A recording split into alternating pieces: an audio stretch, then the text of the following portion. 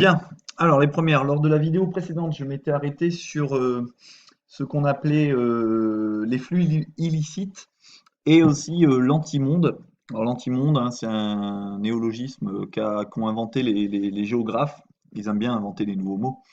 Et ça qualifie l'ensemble des acteurs, donc des activités et des flux qui sont illicites, pardon. Donc, tout ce qui est trafic d'humains, prostitution, trafic de drogue, trafic de migrants, trafic d'armes.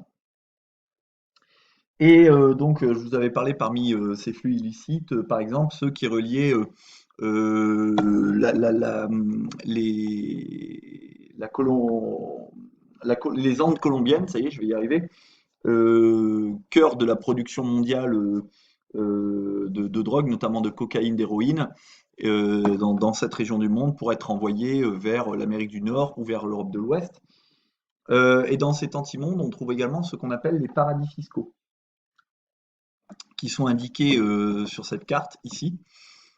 Et donc en noir, vous avez les pays qui font partie de la liste noire de l'Union européenne, hein, c'est-à-dire des pays où normalement des entreprises européennes de l'Union européenne n'ont pas le droit d'avoir leur siège, parce que ce sont des pays particulièrement occultes, dans lesquels on taxe très peu les capitaux, on pratique le secret bancaire sur l'origine des fonds et l'identité des déposants. Donc c'est par exemple dans ces paradis fiscaux, souvent dans les tropiques, souvent des petites îles qui tirent ainsi de substantiels revenus. Par exemple les Bahamas, les îles Vierges américaines, Saint Kitts et Nevis, Trinidad et Tobago. On va trouver des sièges, ou du moins de l'argent issu, par exemple, je ne sais pas moi, de trafic occulte en Europe, et cet argent va être caché dans des paradis fiscaux parce que justement, ils pratiquent le secret bancaire, c'est-à-dire que lorsqu'il y a des enquêteurs qui sont sur qui sont à la chasse justement de ce qu'on appelle de l'argent sale, eh bien ils vont pas avoir accès à ces comptes parce que au nom du sacré saint secret bancaire, ces comptes, du moins l'identité des détenteurs de ces comptes ne sera pas fournie aux enquêteurs. Donc l'Union européenne classe ces pays sur une liste noire. Une liste noire, c'est-à-dire que donc les Européens n'ont pas le droit normalement d'avoir des comptes enregistrés dans ces pays. Donc beaucoup de pays des Caraïbes. Vous voyez qu'il y a également la Namibie et puis des micro-États insulaires comme Guam, Palaos ou les îles Samoa. Et puis, il y a un certain nombre de pays qui figurent dans les listes des organismes officiels pour pratiquer des avantages fiscaux assez importants, hein. Donc, par exemple, taxer très peu les capitaux. Euh, donc, beaucoup d'entreprises vont éventuellement installer des sièges dans ce qu'on appelle des États qui pratiquent, on va dire, l'optimisation fiscale, hein, et qui permettent aux entreprises d'échapper à des impôts plus substantiels dans le pays dans lequel elles se situent. Alors en Europe, par exemple, pour ne pas aller très loin, on a évidemment l'exemple très connu de la Suisse, mais on a aussi les îles anglo-normandes de Guernesey et Jersey au large de la Normandie. On a l'Irlande, dont on a déjà parlé pour le siège des GAFAM. On a Andorre, on a Monaco, le Liechtenstein, le Luxembourg, les Pays-Bas. Et puis vous voyez qu'en dehors du monde, hein, il y a de très nombreux pays, ça va de la Birmanie, aujourd'hui appelée Myanmar, en passant par la Mongolie, l'Indonésie, le Yémen, l'île Maurice, les Seychelles, mais aussi les États-Unis dans certains États, hein, et l'Argentine, par exemple, pour ne citer que. Donc ce sont des territoires à la marge des espaces productifs et qui, pour tenter pour la plupart d'entre eux de se développer, eh bien, ils tentent d'attirer les capitaux étrangers, notamment des capitaux occultes, via des avantages fiscaux. C'est ce qu'on appelle donc des paradis fiscaux, parce que vous savez, le paradis, hein, c'est le nirvana, hein, c'est le nec plus ultra, c'est ce qu'on souhaiterait tous atteindre si tant est qu'on est croyant. Et donc, dans le domaine fiscal, c'est-à-dire dans le domaine des impôts, ce sont des territoires où, pour les épargnants, pour ceux qui détiennent de l'argent, c'est un paradis, c'est-à-dire un endroit génial où on ne paye pas beaucoup d'impôts. Donc, pardon, pour revenir sur la problématique initiale qui nous a mené tout au long de ce grand 3, quels sont les principaux territoires qui bénéficient de ces récompositions? Eh bien, rappelez-vous, hein, les premiers territoires pardon, qui bénéficient de ces récompositions productives ce sont évidemment parmi les territoires les plus accessibles et connectés dans le monde, eh bien, en premier lieu, les grandes métropoles.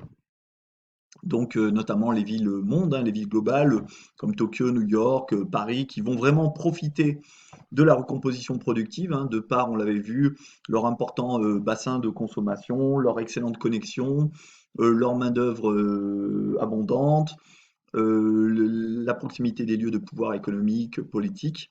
Donc, les grandes métropoles en premier point. En deuxième plan, on a certains littoraux, pas tous, mais par exemple le littoral est asiatique autour de la Chine, le littoral de la Northern Range en Europe, le littoral est américain, nord-est américain. Donc certains littoraux sont particulièrement dynamiques et puissants et sont parmi donc les espaces productifs oui, les plus importants du monde. Ces territoires, que ce soit les métropoles et les littoraux, eh bien, ils sont en concurrence entre eux. Et ils sont en concurrence également avec des territoires aux richesses illicites, hein, notamment ce dont on a parlé, hein, les paradis fiscaux par exemple, ou ce qui constitue l'antimonde. Donc cet ensemble d'acteurs, d'activités, de flux qui sont illicites. Vous en connaissez peut-être par exemple en informatique, hein, vous avez peut-être déjà entendu parler du dark web, où on peut tout acheter, des armes, de la drogue, etc. Eh bien, le dark web fait partie de l'antimonde. Si vous voulez, c'est la porte d'entrée de l'antimonde. Bien, pour poursuivre ce cours, donc nous venons de finir le grand 3, les recompositions productives qui profitent d'abord aux territoires les plus accessibles et les plus ou moins et ou connectés. Nous allons voir dans un grand 4 les espaces et les acteurs de la production, mais là un peu plus localement, puisque nous allons nous intéresser à la France. Donc, premièrement, nous allons voir comment mettre en valeur les forces du territoire. Et pour mettre en valeur les forces du territoire français, eh bien, il va falloir développer ce qu'on appelle l'accessibilité. Alors, qu'est-ce que c'est l'accessibilité? Eh bien, l'accessibilité, c'est un critère fondamental de localisation des entreprises. C'est-à-dire que quand une entreprise veut s'installer, eh bien, elle va chercher notamment à avoir la plus grande accessibilité pour importer des matières premières et pour pouvoir ensuite exporter sa production. C'est un critère qui est fondamental pour leur localisation, surtout dans un contexte où les systèmes productifs, on l'avait vu pour Apple et pour la fabrication de l'iPhone, les systèmes productifs fonctionnent de plus en plus en réseau, avec des filiales, par exemple, qui sont réparties aux quatre coins du territoire ou même parfois aux quatre coins du globe. Donc, il faut être dans une zone extrêmement bien connectée. Donc, cette accessibilité, elle est évidemment déterminante à l'échelle internationale. Et à l'échelle internationale, les régions les plus accessibles, et bien souvent, ce sont les régions transfrontalières, c'est-à-dire à cheval sur une frontière.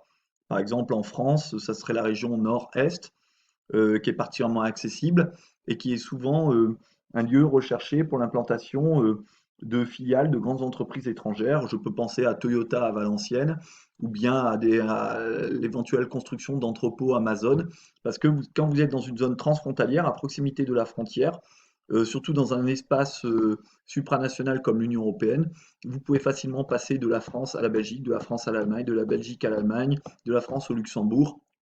Donc, bénéficier en fait d'un plus important bassin, notamment de consommation. Donc, cette accessibilité est déterminante à l'échelle des régions transfrontalières. Elle est déterminante également au niveau des zones portuaires et au niveau des zones aéroportuaires qui sont évidemment très attractives. On avait vu, hein, certaines zones portuaires et certaines zones aéroportuaires sont d'autant plus, en plus des hubs qui vont permettre de redistribuer les flux matériels et immatériels. Parmi donc ces territoires particulièrement attractifs, on a les littoraux. Les littoraux qui s'imposent comme les territoires privilégiés pour notamment l'industrie, comme on a pu le voir pour la façade maritime est-asiatique.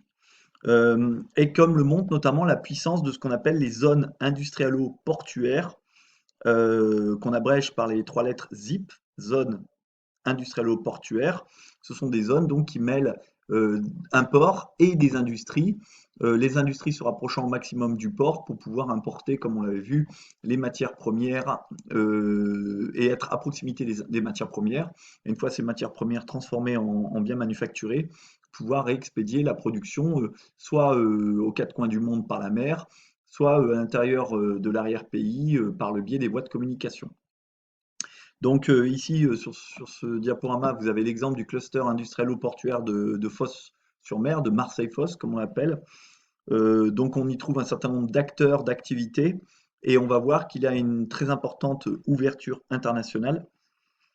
Euh, donc parmi les acteurs qu'on trouve dans ce cluster industriel-portuaire de Marseille-Fos, on trouve évidemment de très nombreuses entreprises privées, souvent de grande taille, qu'on appelle donc des firmes transnationales, hein, comme par exemple CGM, CMA, le quatrième transporteur maritime mondial de porte-conteneurs. Et comme il vous est indiqué ici, fin 2013, ce cluster emploie 41 500 salariés. Donc il fournit énormément d'emplois.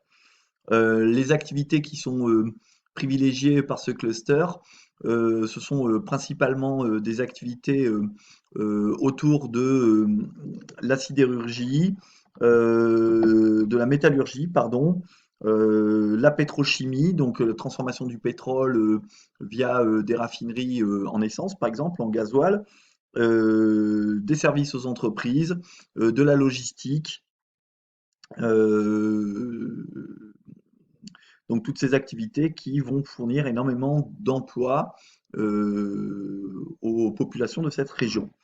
Ce cluster a également une grande ouverture internationale. Il contrôle des emplois ailleurs dans le monde, hein, indirectement. 88% des salariés de ce complexe industriel-portuaire de Fos-sur-Mer travaillent dans des entreprises qui sont exportatrices, c'est-à-dire qui font l'essentiel de leurs recettes en vendant des produits vers l'étranger. Et certaines de ces entreprises peuvent réaliser jusqu'à plus de 50% de leur chiffre d'affaires à l'étranger. Donc, une ouverture internationale très importante, évidemment. Alors ici, vous avez l'exemple du terminal de l'Aveyra, hein, à Fos-sur-Mer, qui est un port pétrochimique, comme vous l'indique la légende de la photo. Donc, qu'est-ce qu'un terminal, hein? C'est un lieu dans lequel les pétroliers et les méthaniers, ceux qui transportent le méthane, c'est-à-dire du gaz, ici vous en avez par exemple des méthaniers, eh bien ils vont être accueillis. Les hydrocarbures vont être stockés dans des cuves, hein, euh, ou dans qu'on appelle des réservoirs aussi, et qui sont présents sur les quais avant d'être transformés dans ce qu'on appelle des raffineries, ce que je vous disais tout à l'heure. Et donc le pétrole va être raffiné pour être transformé en un certain nombre de produits, hein. Ça peut être de l'essence, ça peut être aussi du plastique, un petit peu plus tard. Et donc voilà, là vous avez un exemple de port pétrochimique. Alors ces zones, à l'image de celles que vous avez en photo, elles sont puissamment aménagées par l'État. Et si on va au-delà de cette zone industrielle-portuaire de Fos-sur-Mer, à l'échelle locale, les espaces les mieux desservis et les mieux connectés, eh bien, ce sont ceux qui sont près des autoroutes, près des gares TGV, ces espaces où la qualité du réseau de communication est performant, est particulièrement performant. Alors, par exemple, à l'échelle du Limousin, une zone qui s'est particulièrement développée, c'est la zone industrielle et commerciale à l'entrée de Brive, donc Brive Nord. Quand vous venez de Limoges, que vous descendez vers Toulouse, pourquoi à cet endroit-là précisément? Eh bien parce qu'en cet endroit-là, vous avez un croisement, vous avez ce qu'on appelle un nœud autoroutier. Vous avez l'A89 qui fait Paris, non pardon, qui fait Lyon-Bordeaux, qui croise l'A20 qui fait Paris-Toulouse, et ils se croisent au niveau de Brive. Eh bien, il y a pas, depuis que ce nœud autoroutier s'est créé, donc il y a à peu près une quinzaine, vingtaine d'années, eh bien, il y a une véritable explosion de cette zone commerciale et industrielle, avec de très grandes entreprises qui s'y sont installé parce que l'accessibilité est donc particulièrement développée et que grâce à ce nœud autoroutier, on peut partir dans 4 directions, nord, sud, est, ouest, rapidement par l'autoroute. Donc, notamment des transporteurs routiers vont s'installer là. Et je vous invite, la prochaine fois que vous descendrez dans le sud de la France et que vous passerez par Brive, ben, vous regarderez un peu les zones commerciales qui y a à l'entrée de Brive, chose qui n'existait pas il y a une vingtaine d'années. Donc, ce sont vraiment les zones les plus connectées qui se développent. Et les espaces les mieux desservis et les mieux connectés facilitent les déplacements aussi des salariés et vont accélérer les échanges commerciaux. Et c'est pas par hasard que les grandes zones commerciales se mettent souvent à proximité de nœuds de transport, comme par exemple Family Village au nord de Limoges.